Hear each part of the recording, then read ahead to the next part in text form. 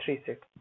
अच्छा, जैसे हमने 2 सेट्स के रिलेटेड पढ़ा था ए यूनियन बी का फॉर्मूला, ठीक है, इसी के केस अब हम 3 सेट के केस में भी ए यूनियन बी मतलब सारी वैल्यूज पढ़ते हैं, ठीक है, किस तरह से हम फॉर्मूले डिराइव करते हैं। अब देखो ए यूनियन बी का मतलब क्या हुआ, उसमें हम ए यूनियन बी कहते हैं, अब इसमें क्या कहेंगे, 3 सेट है तो A union B union C, ठीक है। अब आपके ये सेट है ए बी और सी, ठीक है। Number of elements in A union B union C, इसके लिए बच्चे हमने फॉर्मूला डिराइव करना है। अब देखो A union B union C कौन सा पोर्शन होगा, आपका ये वाला पोर्शन, ये होगा जिसको मैंने रेड शेड किया। अब यहाँ पे मैं इसको डिराइव करने के लिए मैं यहाँ पे लिख लूँ लेट बी यूनियन सी को बच्चे एम के बराबर दे दूँ। अब देखो अगर मैं इसको एम के बराबर दूंगा तो जो आपका फॉर्मूला वो रिड्यूस हो जाएगा ए यूनियन एम। अब हमने 2 सेट्स के ऊपर तो पढ़ा है ए यूनियन एम का फॉर्मूला क्या होता है, N A plus n M minus N A intersection है, अच्छा ठीक है। अब देखिए यहाँ पे n of A plus N of M, M की वैल्यू क्या, B union C minus N of A intersection B union C, यहाँ पे कितना होगा n A plus N of B union C का फॉर्मूला फिर से क्या होगा, N B plus N C minus N B intersection C, अच्छा यहाँ तक ठीक है। अब देखिए यहाँ पे आपको डिस्ट्रीब्यूटिव प्रॉपर्टी दिख रही है, ठीक है, मैं यहाँ पे डिस्ट्रीब्यूटिव प्रॉपर्टी लगा दूं, A intersection B union C कितना होगा, A intersection B union A intersection C, ठीक है। अब देखिए यहाँ पे N A plus N B plus N C minus N B intersection C minus, अच्छा देखो यहाँ पे आपको फिर से ना 2 सेट क्या दिख रहे हैं यूनियन में, अगर मैं इसे x लूं और इसे y लूं, अच्छा क्या होगा, अगर मैं इस वैल्यू को x और इस वैल्यू को y वैल्यू लेता हूँ, ठीक है, मैं लिख दूं यहाँ पे कितना होगा n ए इंटरसेक्शन बी, क्या होता है फॉर्मूला ए यूनियन बी का, plus N of A intersection C minus N of A intersection B intersection A intersection C, यहाँ पे ये वैल्यू रहेगी, ठीक है। अब देखिए यहाँ पे कितना हो जाएगा, N of A plus N of B plus N of C minus N of B intersection C, वैसे ब्रैकेट ओपन करोगे minus N of A intersection B minus N of A intersection C, अच्छा देखिए यहाँ पे A intersection B intersection A intersection C, अब देखो ए और ए में कॉमन क्या रहेगा, ए ही रहेगा, तो मैं इसको नेगेटिव और negative positive N A intersection B intersection C, it means ये आपका क्या होगा, required formula for N A union B union C, ठीक है, किसके बराबर आया, N A plus N B plus N C minus N B intersection C minus N A intersection B minus N A intersection C plus N of A intersection B intersection C, अच्छा 3 sets के case में first formula, ठीक है। और आपको पता है कि ए यूनियन बी को हम इस तरह से भी लिख सकते हैं, अगर कभी लिखा हो एटलीस्ट ए और बी और सी, ठीक है, मतलब आपने क्या निकालना है, A union B union C की value, elements in exactly 2 of the set A B and C, ठीक है, इसके लिए कौन सा पोर्शन होता है, ए बी सी, तो जिसको मैं शेड करूंगा, ये पोर्शन और ये पोर्शन, ठीक है। आपको अगर सिर्फ ये निकालना हो, इस हेडिंग के अंडर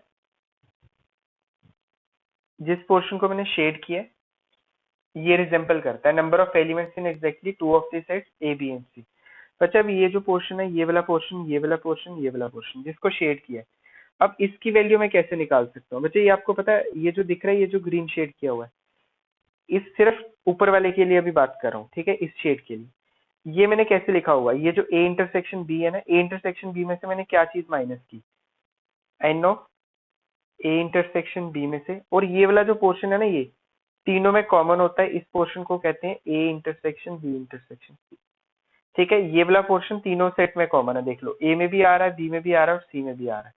ये जो ग्रीन शेड है, ये वाली शेड मैंने कैसे निकाली होगी, मतलब ये है ए और बी में कॉमन, ठीक है, इस ए और बी में कॉमन में से मैंने तीनों का जो कॉमन है उसको माइनस कर दिया, A intersection B intersection C.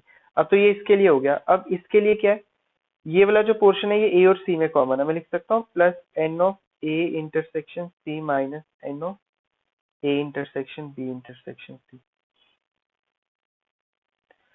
Plus N of बचे अब इसके लिए B intersection C minus N of A intersection B intersection C. बचे क्या हो जाएगा, N of A intersection B plus N of A intersection C plus N of B intersection C minus 1 1 2 1 3 minus 3 times N of A intersection B intersection C. बच्चे ये आपका formula आ गया, number of elements in exactly two of the sets. ठीक है, number of elements in at least two of the sets के लिए जो आपका पोर्शन होगा वो होगा ये वाला, ये वाला, ये वाला, ये वाला। बच्चा अब देखो ए बी सी, जो ऊपर आपने फॉर्मूला डिराइव किया उसके लिए आप ये रीजन निकाल रहे थे, ये रीजन और ये रीजन। अब इस फॉर्मूले में क्या हो गया, ये जो तीनों कॉमन पोर्शन वाला रीजन है ना, ये भी ऐड हो गया। तो मतलब इस रीजन के लिए, इस रीजन के लिए और इस रीजन के लिए तो मुझे तो वैल्यू पता है क्या होती है, N A intersection B plus N A intersection C plus N B intersection C minus 3 times N A intersection B intersection C, और ये वाला रीजन भी ऐड हो गया। ठीक है, तो क्या ऐड हुआ, plus N times A intersection B intersection C. ठीक है, एक रीजन ये ऐड हुआ तो कितना हो जाएगा, N A intersection B plus N A intersection C plus N B intersection C minus 2 times N A intersection B intersection C. Next formula for the application of three set के लिए, number of elements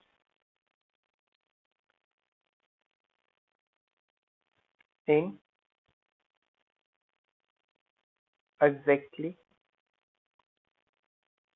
one of the sets A, B and C। अब क्या heading दी है, number of elements in exactly one of the sets A B and C. अच्छा देखो इसके लिए कौन सा पोर्शन होगा,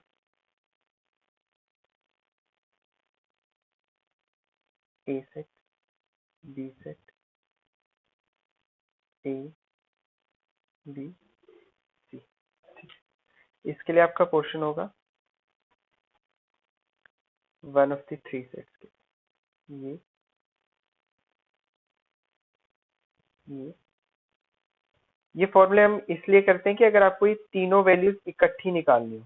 अच्छा इसके बाद जो नेक्स्ट फॉर्मूला करवाऊंगा उसमें मैं आपको अलग अलग वैल्यू भी निकालनी सिखाऊंगा कि अगर सिर्फ ए निकालना हो या बी निकालना हो या सी निकालना हो उसको हम किस तरह से करें। अब हमने ये पोर्शन निकालना है इस बीच वाली वैल्यू को छोड़ के। अच्छा आपको पता है ये जो पूरा अगर मैं शेड कर दूं तो पूरा क्या होगा, जो पूरा अगर शेड करूंगा तो वो क्या होगा, N of A union B union C. ठीक है, तो इसमें से अगर मैं ये वाली वैल्यू माइनस कर दूंगा, 1 2 3 और 4 ये वैल्यू माइनस कर दूंगा तो यही वैल्यूज बचेंगी। ठीक है, और जिसको मैंने शेड नहीं किया हुआ अभी मैंने इसके लिए भी वैल्यू निकाली, जिसको मैंने शेड नहीं किया हुआ, N A intersection B plus N A intersection C plus N B intersection C minus 2 times N A intersection B intersection C. ठीक है, तो क्या करूंगा, इसमें से ये वैल्यू माइनस करूंगा, N A intersection B plus N B intersection C plus N A intersection C minus 2 times N A intersection B intersection C. बच्चे अब देखो, अभी हमने जो फर्स्ट फॉर्मूला डिराइव किया था, first formula A union B union C का, उसका फर्स्ट फॉर्मूला क्या होती है value? N A plus N B plus N C minus N A intersection B minus N B intersection C minus N A intersection C plus N of A intersection B intersection C. बच्चा अब ये bracket खोलूंगा तो क्या हो जाएगा? ये negative हो जाएगा, minus N A intersection B minus N B intersection C minus N A intersection C. Negative और negative positive, 2 time n A intersection B intersection C. वैसे क्या हो जाएगा? अब इसको इंक्लूड करेंगे सारी वैल्यूज को, n A plus N B plus N C, n A intersection B और एन ए इंटरसेक्शन बी, -1 और -1 -2 times N A intersection B, B intersection C और B intersection C, -2 times n B intersection, -2 times N A intersection C. अच्छा, n A intersection B intersection C plus 2 times N A intersection B intersection C, 3 times N A intersection B intersection C. ठीक है, ये किसके लिए? Fourth formula for application of 3 sets के लिए। Number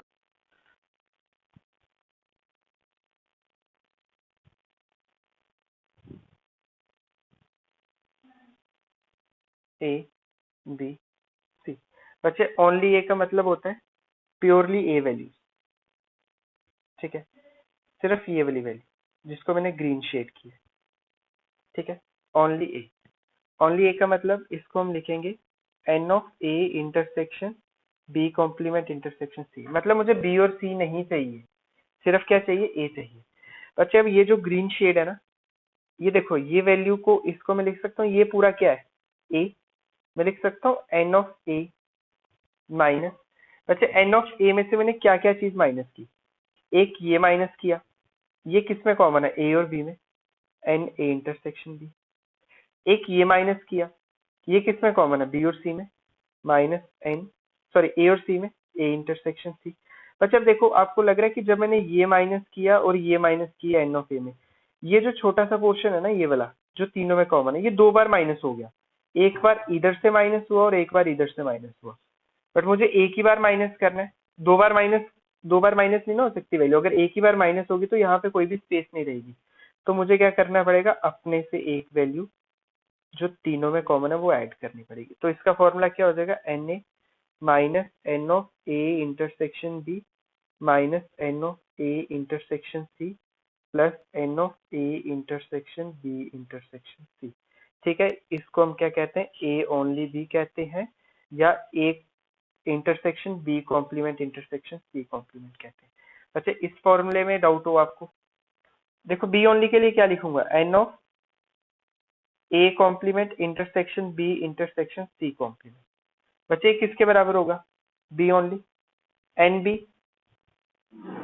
minus, एक ये पोर्शन कॉमन हुआ, बी और सी जो दोनों में है, एन बी इंटरसेक्शन सी। उसके बाद बच्चे बी और ए का minus N A intersection B, ठीक है। और ये वाला पोर्शन दोनों बार माइनस हुआ तो कितना हो जाएगा? एक बार मुझे ऐड करना पड़ेगा, A intersection B intersection C. ठीक है बच्चे, ये आपका आ गया नेक्स्ट फॉर्मूला फॉर और एन ऑफ बी ओनली। ठीक है, अगर मुझे निकालना हो N of A complement intersection B complement intersection C, ठीक है, इसको क्या कहेंगे? N of C only. ठीक है, मतलब प्योरली सी के एलिमेंट्स। ठीक है, वो एलिमेंट्स कौन से होंगे? ये वाले, सिर्फ ये रेड शेड। ठीक है, रेड शेड कैसे निकलेगा? इस पूरे सेट एन सी में से मैंने क्या माइनस किया? ये वाला पोर्शन माइनस किया। ठीक है, ये किस में कॉमन है? सी और ए दोनों में कॉमन है, एन ए इंटरसेक्शन। ये वाला पोर्शन माइनस किया, ये किस में कॉमन है? बी और सी में, बी इंटरसेक्शन सी, और ऐड कर दिया n A intersection B intersection C. अच्छा, next formula for C only.